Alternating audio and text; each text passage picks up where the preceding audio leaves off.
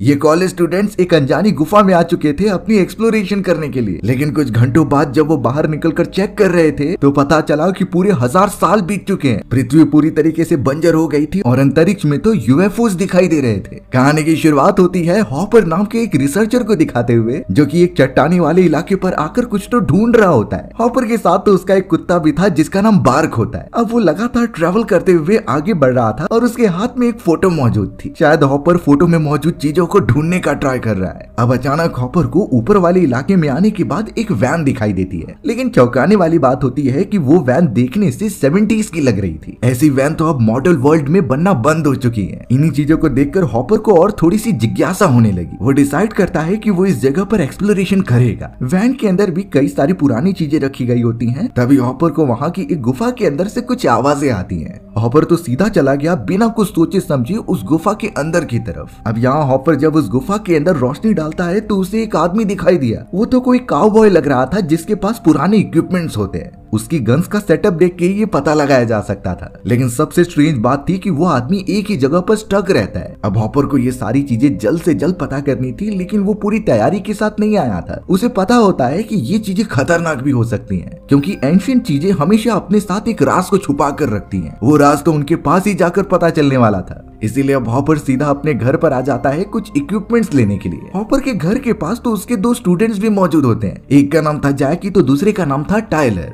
दोनों तो कुछ डाउट सॉल्विंग के लिए हॉपर के पास आए थे, क्योंकि वो उनके स्कूल में एक टीचर का काम करता है। लेकिन हॉपर ने उन दोनों को मना कर दिया और कहा कि मैं अभी बहुत ज्यादा बिजी हूँ, तुम दोनों कभी और आ जाना, लेकिन अभी यहाँ से चले जाओ। जैकी और टाइलर तो काफी शॉक थे, क्योंकि इस तरीके से उन्होंने अपने प्रोफेसर को जल्दबाजी में नहीं देखा था। हॉपर ने तुरंत ही सारे इक्विपमेंट जमा किए और वहाँ से निकल गया। अब थोड़ी देर बाद हॉपर को फिर से उसी गुफा में दिखाया गया, जो कि अब आगे बढ़ रहा था। वो काउबॉय अभी भी वहीं पर होता है। अब जैसे ही हॉपर थोड़ा और आगे बढ़ता है तभी उसे कुछ फील होने लगा। देखने पर ऐसा लग रहा था कि सामने की तरफ एक इनविजिबल लेयर बन गई है और इस लेयर की दूसरी तरफ जाया जा सकता है। हॉपर ने तो थोड़ा फोर्स भी लगाना स्टार्ट किया जिससे कि वो दूसरी तरफ चला जाए। ऐसा करते ही जब हॉपर की बॉडी अंदर जाने लगी थी तो वहाँ पर काउबॉय जो कि स्टक हो गया था वो धीरे धीरे हिलने लगता है। यानी कि यहाँ पर तो कुछ अजीब ही होने वाला है, जिसका अंदाजा हॉपर को था ही नहीं। अब इस मोमेंट की होते ही हमें 2 दिन के बाद का समय दिखाया गया। टाइलर और जैकी अपने प्रोफेसर के लिए बहुत परेशान हो रहे थे, क्योंकि वो अभी तक वापस नहीं लौटे। एक तरीके से वो मिसिंग हो चुके होते हैं। लेकिन टाइलर और जैकी इसीलिए चौंक गए क्योंकि वो तो 2 दिन पहले उनसे मिले थे। टाइलर और जैकी को अंदाजा था कि उनके प्रोफेसर कहाँ गए हैं और वहाँ से अभी तक नहीं लौटे, तो इसीलिए वो दोनों कांटेक्ट करने लगे कि वो कुछ इन्फॉर्मेशन निकाल सके। अब यहाँ जैकी और टाइलर को तो उस जगह पर जाकर देखना ही था, लेकिन उनके पास कोई व्हीकल नहीं होता जिससे कि आसानी से वहाँ जाया जा सके। तभी टाइलर को कैरा नाम की अपनी एक फ्रेंड के बारे में याद आता है, जिसके फादर के पास एक व्हीकल है। और टाइलर तो सीधा जैकी को कह देती है कि कैरा को कॉल लगाने के लिए, क्योंकि एक तरीके से कैरा को जैकी के ऊपर क्रश होता है और वो उसकी बात बिल्कुल भी नकारेगी नहीं। जैकी ने तुरंत ही कैरा को कॉल करके सारी बातें बता दी कि किस तरीके से वो एक एक्सप्लोरेशन पर जा रहे हैं। कैरा मान तो जाती है, लेकिन उसने कहा कि मैं अपनी छोटी बहन वीड को भी अपने साथ लेकर आऊंगी। सभी इकट्ठा होते हैं तो बाद में ये पता चला कि फ्यूरी नाम का एक छोटा लड़का भी उनके साथ आया है। ऐसा लग रहा था कि वो सभी मिलकर किसी कैंपिंग साइट पर जा रहे हैं बड़े मजे से। उन्हें इतना अंदाजा नहीं कि वहां जाने के बाद उन सभी की पूरी लाइफ बदलने वाली है। इनफैक्ट वो सारे स्टूडेंट्स वापस अपनी दुनिया में कभी वापस ही नहीं आ पाएंगे। अब यहाँ अपनी एक्सप्लोरेशन जारी करते हुए वो सीधा पहुंच जाते हैं उसी पहाड़ी वाले इलाके की तरफ। टाइलर और जैकी तो अब उसी वैन की तरफ पहुंच गए जहाँ इससे पहले हॉपर रुका हुआ था। वो सभी लोग भी इस पुरानी सी वैन को देखकर सोच में पड़ गए। अंदर बैठने पर उन्हें एक फोटोग्राफ मिलती है जो ऑब्वियसली हॉपर की ही थी, और बाद में पता चला कि इसके अंदर तो हॉपर के पेरेंट्स मौजूद हैं। यानी वो यहाँ पर अपने पेरेंट्स को ढूंढ रहा था।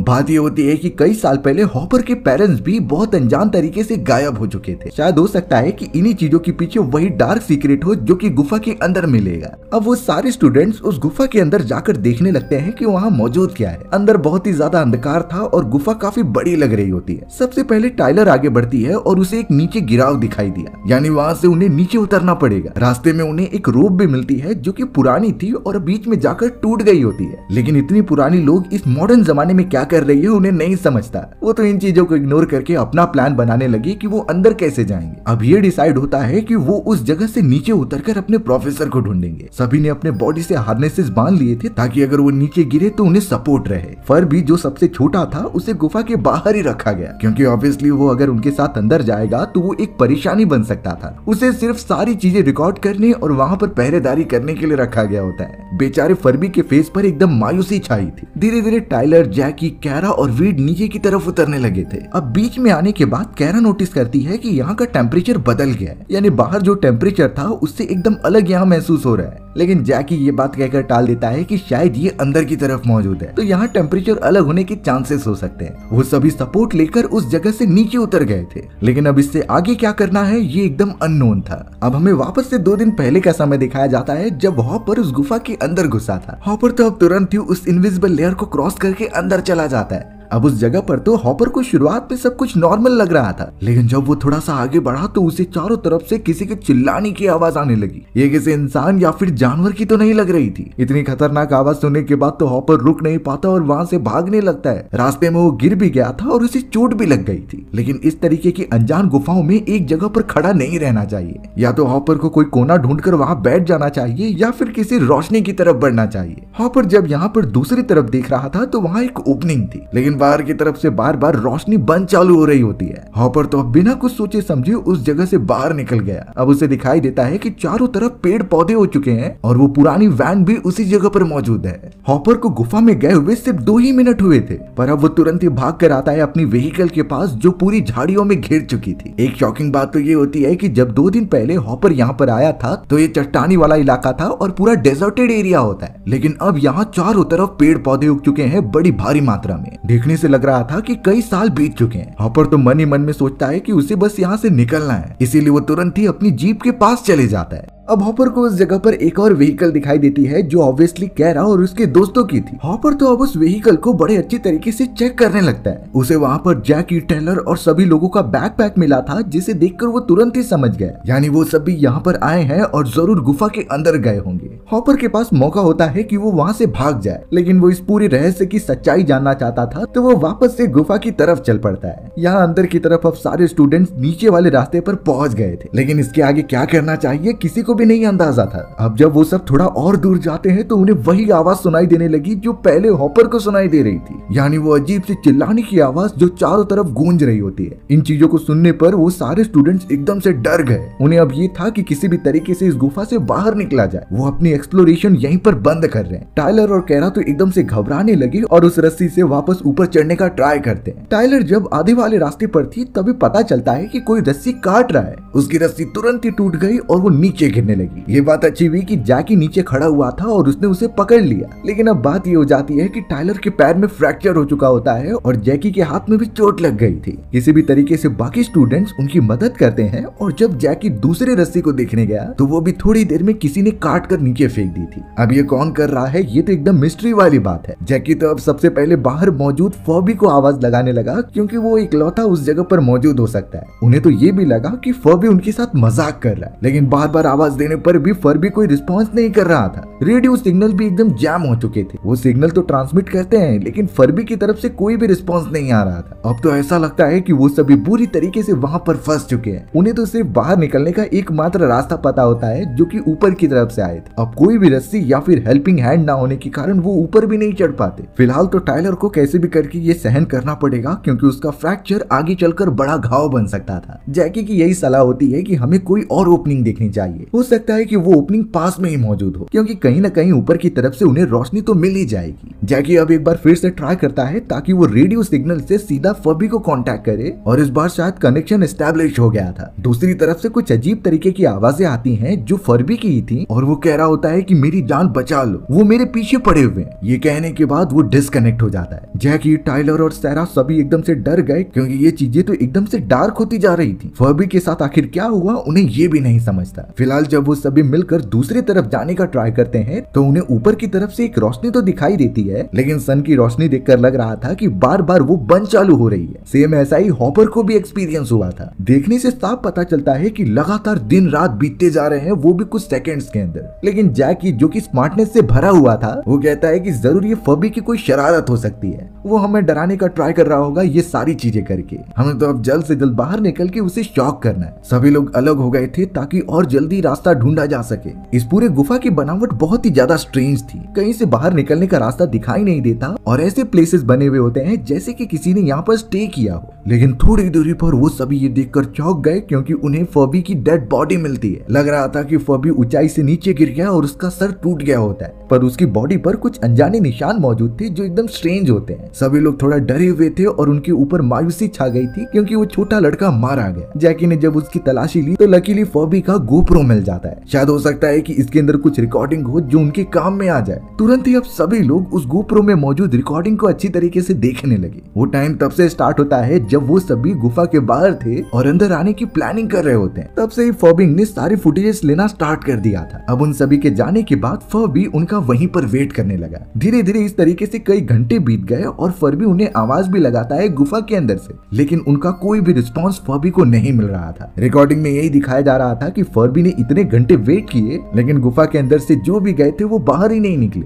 बहुत ज्यादा देर होने के बाद फर्बी उसी वैन में चला गया जो बहुत पुरानी थी। उस जगह पर छानबीन करने पर उसे एक डायरी मिली होती है। डायरी में जो भी लिखा था वो पढ़कर उसे कैमरा में बता रहा था। उसके हिसाब से ये पूरा माउंटेन और केव एक अलग टाइप का श्रृंखला है, जैसे कि सीक्रेट ऑफ फाउंटेन कहा जाता है। उसमें ये भी लिखा था कि गुफा के अंदर इतनी पावर है कि वो किसी मरे हुए को भी जिंदा कर सकता है, या फिर किसी को बहुत ज्यादा डैमेज या फिर बीमारी है सब की सब इस गुफा में ठीक की जा सकती थी। शायद इसी रीजन की वजह से कई साल पहले हॉपर के मॉम एंड डैड इस गुफा में गए होंगे। हॉपर की मॉम को कैंसर था, तो उन्हें उस समय पर जब गुफा के बारे में पता चला तो वो कैंसर ठीक करने के लिए अंदर चले गए, जो कि वापस कभी लौट कर नहीं आए। अब सभी रिकॉर्डिंग चेक कर रहे थे जिसके अंदर फर्बी को कई दिन बीत जाते हैं। उसने अपनी आधी रात वैन में ही गुजारी थी और धीरे धीरे उसके रिसोर्सेज भी खत्म हो गए। फर्बी को अब यही लगने लगा कि शायद अंदर गए हुए उसके सारे साथी मारे जा चुके हैं, इसीलिए वो यहाँ से जाने का डिसाइड करता है। लेकिन जीप की चाबियां तो कैरा और टाइलर के पास मौजूद थी, इसीलिए अब फर्बी उस रस्सी को पकड़कर नीचे जाने का ट्राई कर रहा था। जैसे ही फर्बी थोड़ा सा नीचे की तरफ जाता है तभी अचानक आसमान एकदम से चेंज होने लगा। हर एक सेकंड में उजाला और अंधेरा हो जा रहा था, यानी डेज और नाइट लगातार कुछ सेकंड्स में बदलते जा रहे हैं। इन्हीं चीजों की वजह से डरने के कारण फर्बी का हाथ छूट गया और वो नीचे गिर जाता है। उसके मल्टीपल बॉडीज पर फ्रैक्चर हो चुके थे।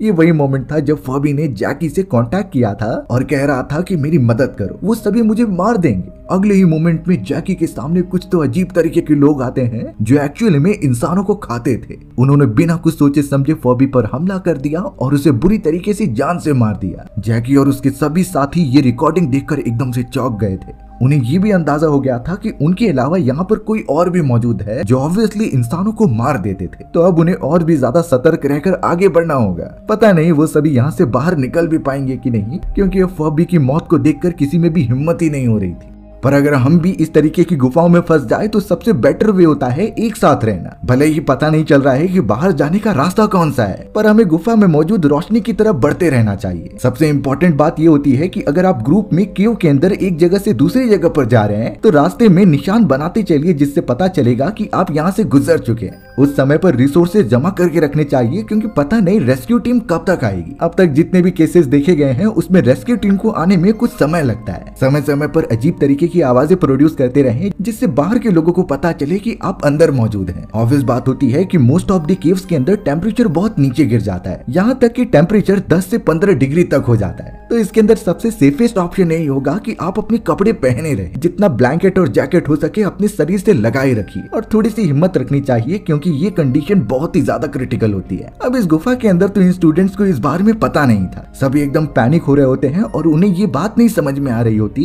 कि उन सभी को गुफा में आए हुए ज्यादा से ज्यादा 30 मिनट्स हुए होंगे। लेकिन फर्बी की रिकॉर्डिंग को देखकर पता चल रहा था कि कई सारे दिन बीत चुके हैं। आखिर ये कैसे पॉसिबल है और रियलिटी से इसका क्या कनेक्शन हो सकता है। लेकिन इन चीजों की वजह से उन्हें अब और भी ज्यादा डर लगने लगा, जो कि बाहर निकलना चाहते थे। सहरा ही थी जो एकदम अच्छी होती है, बाकी लोग तो एकदम घायल हो चुके थे। तो डिसाइड होता है कि सहरा रोप की मदद से ऊपर जाएगी और पता लगाएगी मदद के लिए। सहरा ने अपने बॉडी से हार्नेसेस बांध लिए थे और ऊपर की तरफ जाने के लिए रेडी होती है। जैकी ने तो उसे एक रेडियो फोन दे दिया था, जिससे कि ऊपर जाकर अगर सिग्नल मिले तो वो रेस्क्यू टीम को यहाँ बुला सकती थी। सहरा भी जैकी की तरफ एकदम प्यार से देखती है, क्योंकि वो उससे प्यार करती है। पर ये जगह अच्छी नहीं है ये सारी बातें सोचने के लिए। सहरा अब जल्द से जल्द उसी रस्सी की मदद से एक ओपनिंग की तरफ से बाहर निकलने लगी। थोड़ी देर के अंदर जैसे ही वो ऊपर पहुंचती है तो उसे ऑक्सीजन अच्छे से नहीं मिल रही थी। वो तो बहुत ही ज्यादा खांसने लगी। वो जब चारों तरफ देख रही थी तो सिर्फ उसे बड़ी बड़ी चट्टान और डेजर्टेड एरिया दिखाई देता है। केव में आने से पहले यहाँ पर तो पेड़ पौधे मौजूद थे। आखिर ये अनजान चीजें इतनी जल्दी कैसे हो गई। चारों तरफ ऑक्सीजन का लेवल भी काफी कम हो चुका होता है, इसीलिए सहरा को सांस लेने में प्रॉब्लम हो रही थी।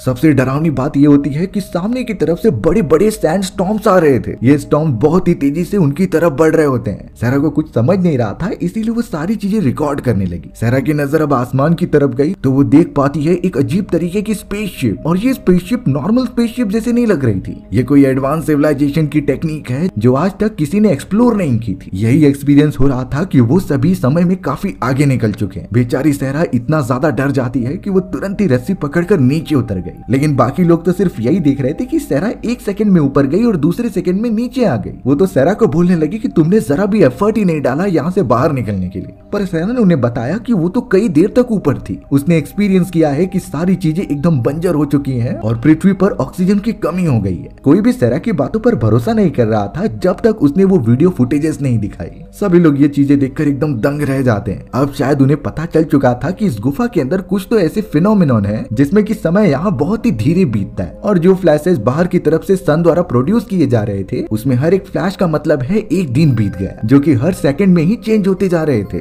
जैकी तो ये भी अंदाजा लगाता है कि इसी रीजन की वजह से हमारी रोप्स भी टूट गए, क्योंकि समय के साथ साथ वो कमजोर होने लगी और उनके बीच फ्रैक्शन बढ़ने लगा। यानी एट द एंड वो ऐसे लूप में फंस गए हैं कि अगर वो बाहर निकलेंगे तो पृथ्वी पर कई हजार साल वैसे ही बीत चुके होंगे। समय उनके साथ बहुत ही अजीब तरीके से खेल रहा था, जिसकी कल्पना इंसानी प्रजाति ने कभी की भी नहीं थी। अब यहाँ सहरा की सिस्टर वीड एक बार फिर से वो सारे वीडियो फुटेजेस देखती है जो कि फर्बी ने रिकॉर्ड किए थे। वो तब का मोमेंट होता है जब फर्बी गुफा में रस्सी को पकड़कर नीचे उतर रहा था। उन्होंने आसमान में बड़े ध्यान से देखा तो उसमें पता चलता है कि विंटर, समर और रेनी सीजन तीनों आ चुके हैं। यानी इसका मतलब ये हुआ कि आसमान में जो फ्लैशेस हो रहे हैं उसका मतलब एक दिन नहीं बल्कि हर एक साल बीत चुके हैं। ये तो उन सभी के लिए और भी ज्यादा शॉकिंग वाली बात थी। अब सहरा बहुत ही ज्यादा फ्रस्ट्रेट हो गई और तुरंत ही ऊपर की तरफ चढ़ने लगी। किसी भी हालत में उसे यहाँ से बाहर निकलना ही था। तभी जैकी और बाकी सारे लोग ऊपर की तरफ कुछ तो रोशनी देखते हैं जो सीधा उनके बीच आकर गिर जाती है। बाद में पता चला कि ऊपर की तरफ से कोई तो ह्यूमनॉइड रोबोट आ रहा है जो उनके करीब आकर बहुत ही ध्यान से देखने लगा। सभी डर के मारे अपनी सेफ्टी के लिए पीछे हो जाते हैं। अचानक एक आदिवासी जो कि इंसानों को खाते थे उसने उस रोबोट पर हमला कर दिया।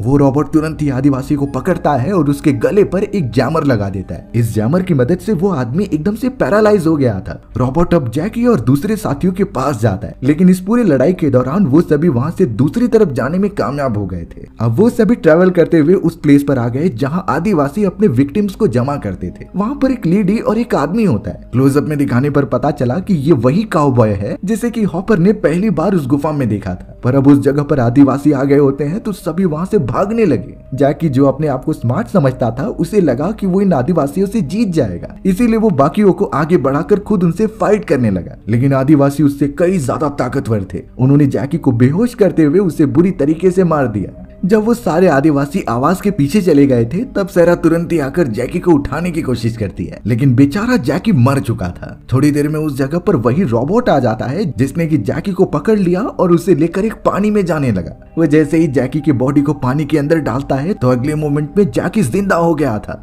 यानी जो इस गुफा के बारे में बात कही गई है वो एकदम सच है। ये वही फाउंटेन का पानी था जिसके बारे में बुक में इंक्लूजन होता है। लेकिन वो सारे आदिवासी उस जगह पर भी पहुंच गए जिससे कि रोबोट उनसे फाइट करने लगा। वो सारे आदिवासी लगातार हमला करके उस रोबोट का मास्क ही हटा देते हैं। पता चला कि ये कोई रोबोट नहीं बल्कि उनकी तरह ही एक इंसान है जिसने कि एक सूट पहन रखा है। अब यहाँ मास्क निकलते ही उस रोबोटिक आदमी को ठीक से सांस लेने के लिए नहीं हो रहा था, फिर भी उसने बहुत ज्यादा मुश्किलें झेलते हुए उन सारे आदिवासियों को मार दिया। पर शायद अब देखकर लग रहा था कि वो फ्यूचरिस्टिक आदमी ज्यादा देर तक जिंदा नहीं रहने वाला। टाइलर और जैकी उसकी मदद तो करना चाहते थे लेकिन समझ नहीं पाते कि क्या करें। देखकर यही लगता है कि इस आदमी के लिए पृथ्वी पर जो ऑक्सीजन मौजूद है वो एकदम पॉइजनस है जो उसके इंटरनल बॉडी ऑर्गन्स को एकदम से मार रही है। बाकियों के उस जगह पर पहुंचने के बाद वो फ्यूचरिस्टिक आदमी एक न्यूज दिखाता है। ये न्यूज उन सभी के बारे में थी जिसमें बताया जा रहा था कि वो लोग कई हजार साल पहले गायब हो चुके थे, तब से ही उनकी तलाश जारी थी। अब यहाँ अर्थ की करंट कंडीशन के बारे में बताया जाता है कि पृथ्वी का एनवायरनमेंट इंसानों के रहने लायक नहीं रह गया था, तो इसीलिए इंसानों को दूसरे प्लेनेट पर शिफ्ट करना पड़ा। इन चीजों के लिए इंसानों ने बड़े बड़े शिप्स बनाए और पृथ्वी के ऑर्बिट में एक बड़ा सा स्पेस सेंटर स्थापित किया। ये वही स्पेस सेंटर होता है जिसे कि सहरा ने आसमान में देखा था।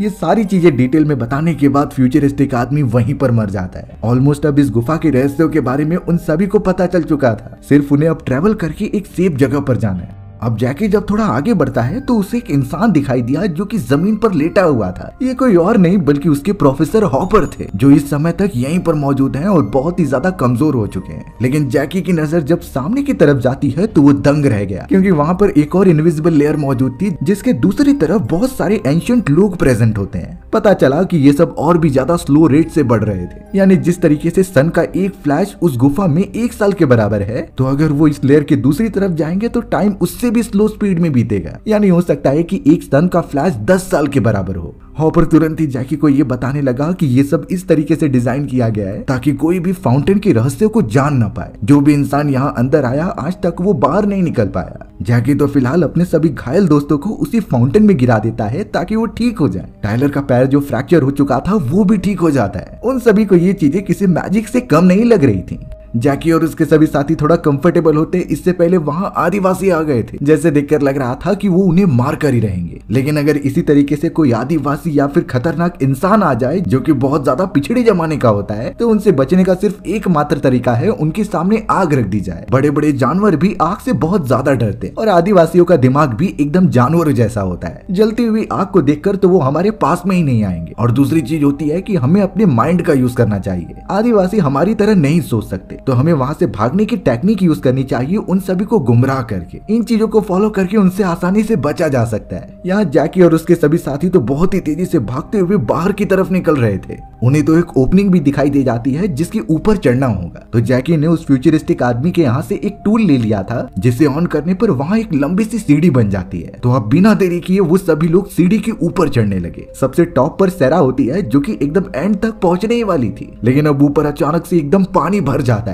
जैसे लग रहा था कि वो किसी एक्सपेरिमेंट के अंडर काम कर रहे हैं। अचानक दूसरी तरफ से एलियन क्रिएचर के हाथ दिखाई देते हैं जिसने कि सेरा को तुरंत ही पकड़ लिया और खींचकर दूसरी तरफ ले लिया। सभी इस बात से बहुत ही ज्यादा डरने लगे थे। जैकी, टाइलर और वीट तो अब नीचे भी नहीं जा सकते क्योंकि वो आदिवासी वहीं मौजूद हैं। वो सब दोनों तरफ कहीं भी चले जाए उनकी जान तो खतरे में होगी ही। अब इसके आगे कुछ गड़बड़ होती तभी उस पानी के अंदर से हमें सेरा दिखाई गई जो कि काफी एडवांस यूनिफॉर्म में मौजूद होती है। सेरा तो अब उन सभी को ऊपर खींचने के लिए एक एडवांस रोप का यूज कर रही थी जिससे कि ऑटोमेटिकली वो सभी लोग ऊपर की तरफ खींचे चले गए। यहाँ तक कि सेरा ने उस एडवांस टेक्नोलॉजी का यूज करके फर्बी, हॉपर और उसके पेरेंट्स को भी ऊपर खींच लिया था। यानी ऑब्वियस बात है कि उस सीढ़ी के गायब होने की वजह से आदिवासी नहीं आ पाएंगे। वो लोग जब ऊपर की तरफ आ चुके थे तो चारों तरफ एडवांस फैसिलिटी दिखाई दे रही थी। अब ये चीजें क्या हो रही हैं उनके साथ उन्हें बिल्कुल नहीं समझता। तब सेरा ने बताया कि जिस समय मुझे ऊपर की तरफ उन क्रिएचर्स ने खींचा था वो एक्चुअल में हम इंसान ही होते हैं जो आगे चलकर इस तरीके के क्रिएचर में बदल गए। उन्होंने मुझे बिल्कुल भी चोट नहीं पहुंचाई बल्कि मुझे रास्ता दिखाया कि मैं तुम्हें कैसे बचा सकती हूँ। भले ही सबसे पहले सेरा ऊपर की तरफ गई थी कुछ ही मिनट के लिए, लेकिन सेरा के लिए एक्चुअली उस जगह पर कई साल बीत चुके होते और इतने सालों में हाई टेक्नोलॉजी का यूज करके उसने फिगर आउट कर लिया कि बाकियों को कैसे बचाना है।